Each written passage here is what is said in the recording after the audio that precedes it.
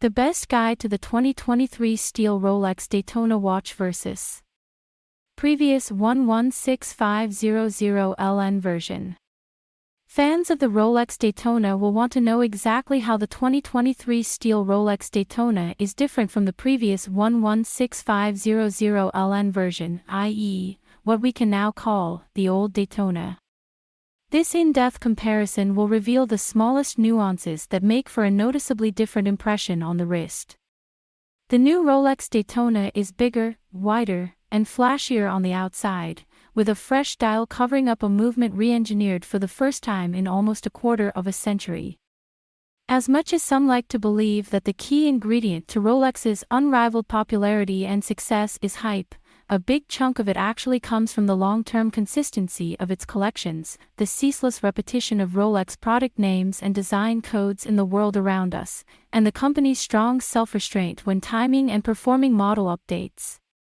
With all this in mind, it won't come as much of a surprise that the 2023 Rolex Daytona watch in steel largely comprises small modifications, and very few, if any, major ones.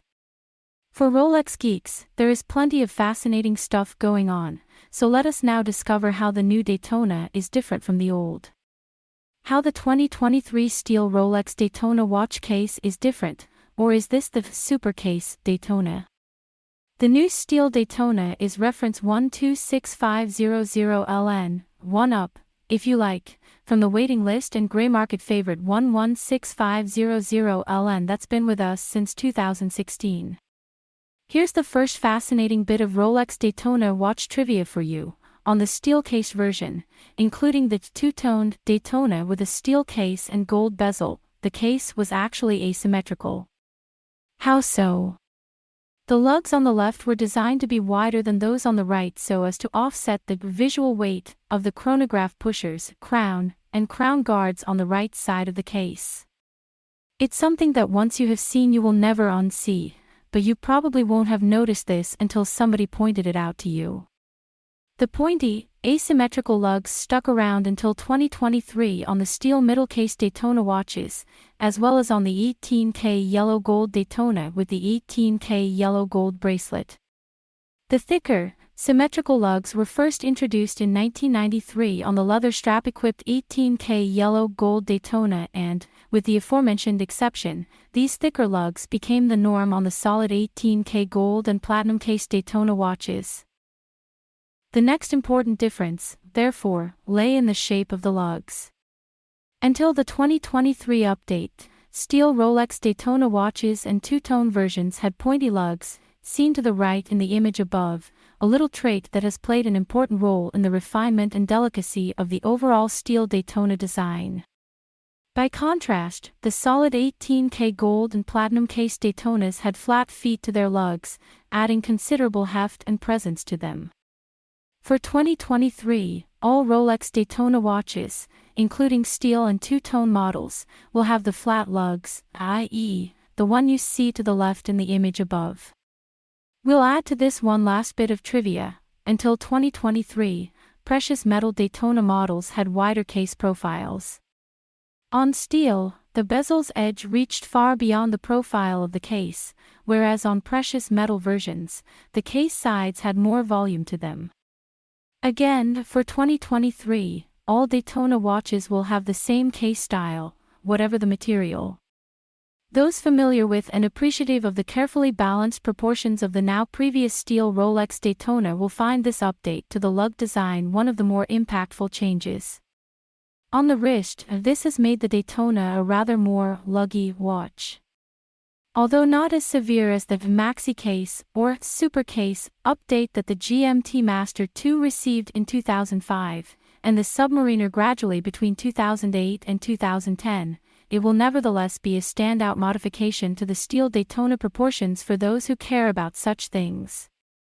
For our subjective take on the entire redesign, read on.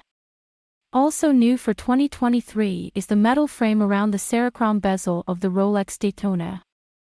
This is another immediately noticeable update that affects every Daytona with a Cerachrom bezel. Select gold Daytona watches will continue to have a single-piece 18K gold bezel. Rolex has confirmed to us that the bezel remains a monoblock Cerachrom ceramic piece within and is not a bezel insert like those on, say, the GMT Master 2. This decorative metal frame dates back to 1965 with the introduction of oyster Daytonas. The same period included reference 6240/6241, aka the Paul Newman Daytona. Rolex might have been inspired by the hype around the stupendous, and dubious, auction results of Paul Newman Daytonas, which could explain the return of this design element. The 2023 Rolex Daytona is also wider, taking up noticeably more space on the wrist than its predecessor. Rolex, for whatever reason, prefers to oversimplify things and continues to call the Daytona a 40 wide watch. Well, the new Daytona wears larger, thanks, at least in part, to the wider and longer lugs, but also a larger case diameter. Between 8 and 2 o'clock, the diameter of the discontinued 116500 LN is just 38.88 mm, without pushers, as is customary to measure the diameter of a chronograph, whereas the new 126500 LN is exactly 1 mm wider at 39.88 mm. Interestingly, the dial opening remained the same size, which also plays its fair share in size perception. Sure, you have to have an eye for such nuanced updates, but there definitely is an increase in diameter. This side-by-side comparison reveals some other notable changes on the 2023 Rolex Daytona in steel. The pointy crown guards that complemented the pointy lugs on the previous model are gone. In their place are more pronounced crown guards with an increased flat area, circled in blue, again, to go with the new lug design. A closer look at the upper pusher best reveals how much more pronounced and indeed wider the middle case is on the new Rolex Daytona 126500 LN, circled in red. While on the now discontinued version the bezel formed sort of a roof over the middle case, reaching out and beyond the edge of the case itself, on the new version the wider lugs and larger crown guards have enough volume to stick out from under the bezel. Last, and circled in green, is the metal ring around the bezel we have already mentioned. With the beefier lugs, crown guards, and case profile, can we call this the Super Case Daytona, or Maxi Case, as some prefer to say? How the 2023 Steel Rolex Daytona watch dial is different. Having quietly increased the case size, the dial had to follow, to keep proportions intact. The new Daytona dial features considerably slimmer subdial frames where the Arabic numerals fill their respective rings more fully. Another secret Daytona trait, the mis-leveled 3 and 9 o'clock subdials positioned slightly above the imaginary horizon between the 3 and 9 o'clock markers are of course here to stay, as is the red Daytona text above the 6 o'clock subdial. Although the subdials appear to have grown outwards in size, in fact, it is on the inside rim that Rolex shaved a few fractions of a millimeter off. Also new are the hour markers that are slimmer, longer, and more angular than before. Avid Daytona historians will spot that their new design actually harks back to that seen on the 1988 Rolex Daytona. For the time being, the steel Daytona remains available with the same two dial options, namely a black dial with silver-colored subdials, and a white with black subdial frames nicked the Panda dial. The subdials have kept their concentric, snailed pattern, as Rolex calls it, although this detail remains almost impossible to be appreciated with the naked eye, even with great nearsight vision. Unlike with some other model updates, Rolex has kept the color of the luminous, chromolite display unchanged at blue for the new Daytona. Likewise, the hands and hour markers are still in 18K white gold. Finally, Rolex has held on to the technically incorrect graduations on the chronograph seconds track. Around the periphery of the dial, in between the full second/minute markers, there are 4 lines, splitting each second into 5 parts, something that made sense when the Daytona had a 1/5 of a second movement in the 1960s but does not combine well with the 1/8 of a second movement the Daytona has had since 1988. How the 2023 Steel Rolex Daytona watch movement is different. The key might have certainly looked for the tiny crown to make its appearance below the 6 o'clock marker on the dial, and indeed every 2023 Rolex Daytona watch sports that little detail to indicate the presence of a new generation movement inside. The Rolex 4131 movement marks the first publicized update to the 4130, the highly acclaimed self-winding chronograph movement that Rolex designed, developed, and has been producing since 2000.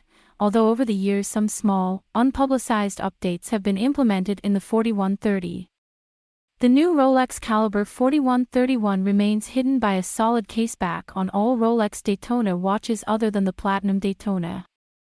Here are the specific differences between the Rolex 4130 and Rolex 4131 movements, and there are plenty.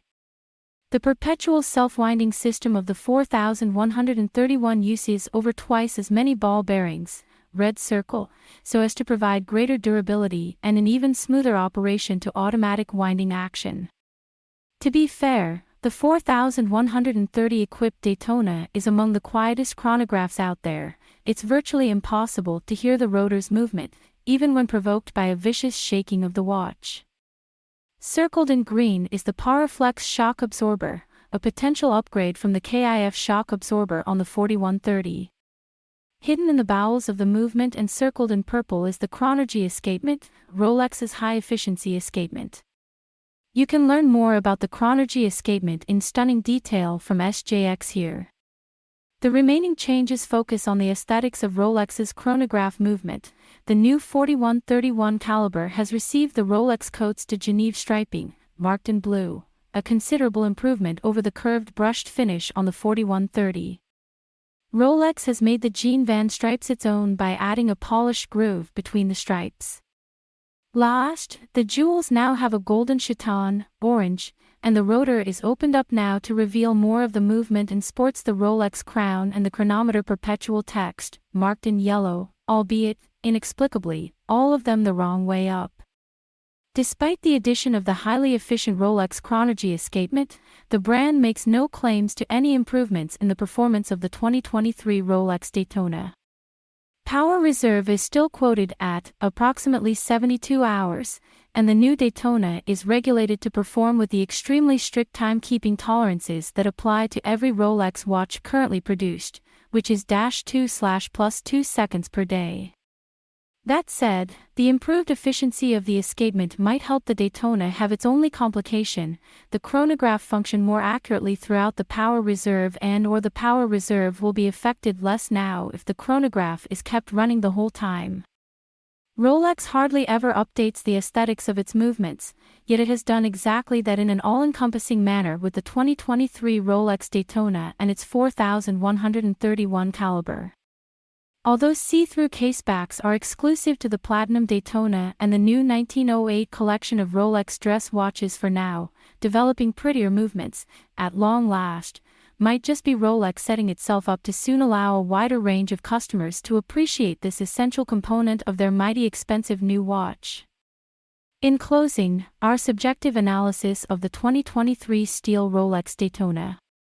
Whereas Rolex claims to be all about the perpetual pursuit of excellence, a mission statement reflected by its unrivaled selection and quantity of remarkably high-performance movements, among other things, occasionally not even the crown can escape the pressure of doing something just for the sake of doing it.